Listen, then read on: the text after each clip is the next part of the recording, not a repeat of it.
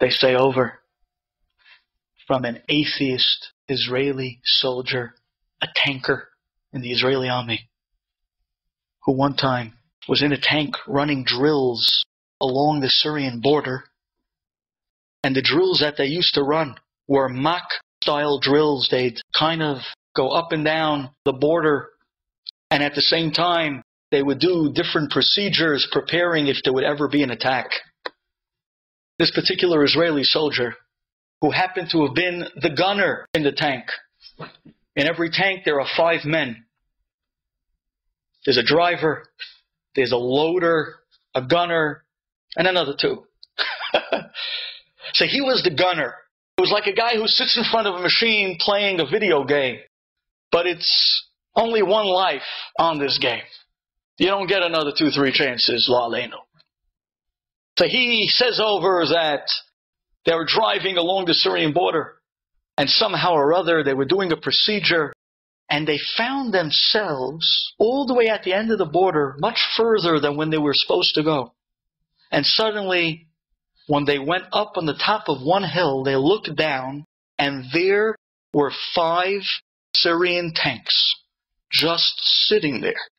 The moment these 5 Syrian tanks saw that they have a lost Israeli tank on their hand, which went way past the border, they started pursuing them.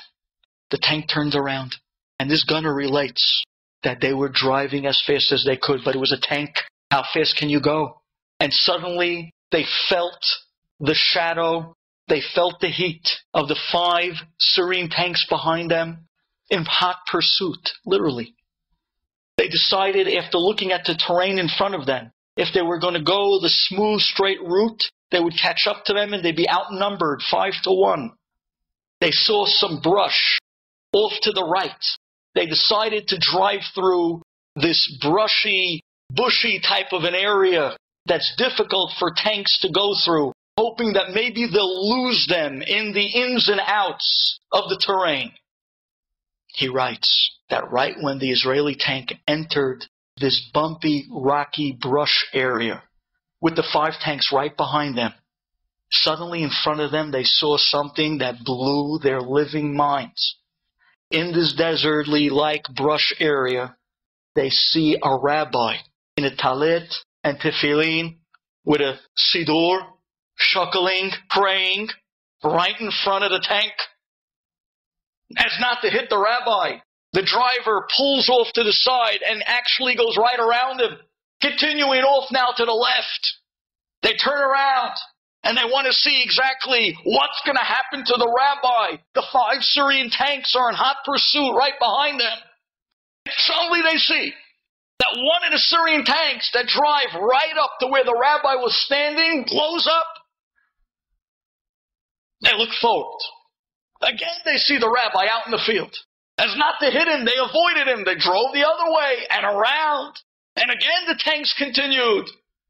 They came to the spot where the rabbi was standing. They blew up continuously, like an obstacle course. Wherever they saw the rabbi, as not to hit him, they drove around him. Whereas the Syrian tanks continued in the path where the rabbi was standing. Right when they got to the spot where the rabbi was praying, they blew up. Till there was only one tank left. At that point, they felt proficient enough. They turned around and went to battle, one-on-one. And our boys know how to fight. They have Borei Olam behind them. And they hit him on the first shelling and destroyed the last Syrian tank. Miraculous. You think the story stops there? Well, this boy writes that this great miracle that happened to them, not knowing who that rabbi was who saved their lives, realizing that they just drove through a Syrian minefield. There were mines that were buried all over this field. And every time they came up to one of the mines, there they saw the rabbi standing. And as not to hit him, they drove around it to safety. The Syrian tanks blowing up on their own mines. Miraculous. Unbelievable. Oh, but it gets better.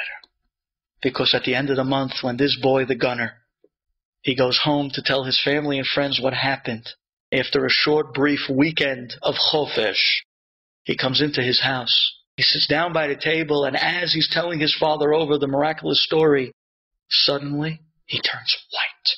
He starts convulsing, shaking.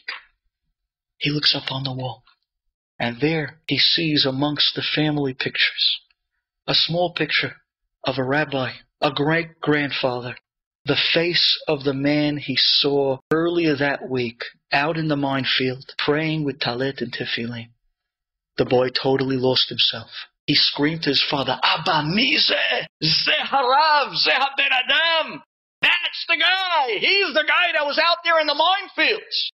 He was the one that was standing, showing us where not to drive, saving us from the mines.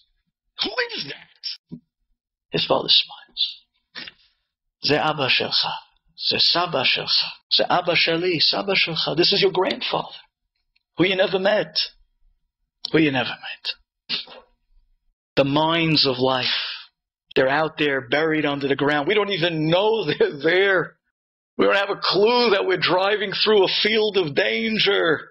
And Borei Olam comes and shows us, I'm saving you even from the danger that you don't even know exists, let alone from what you think is dangerous and what you're worried about. That's what you're worried about. Oh, if you would only know what's really out there and what I'm saving you from every day.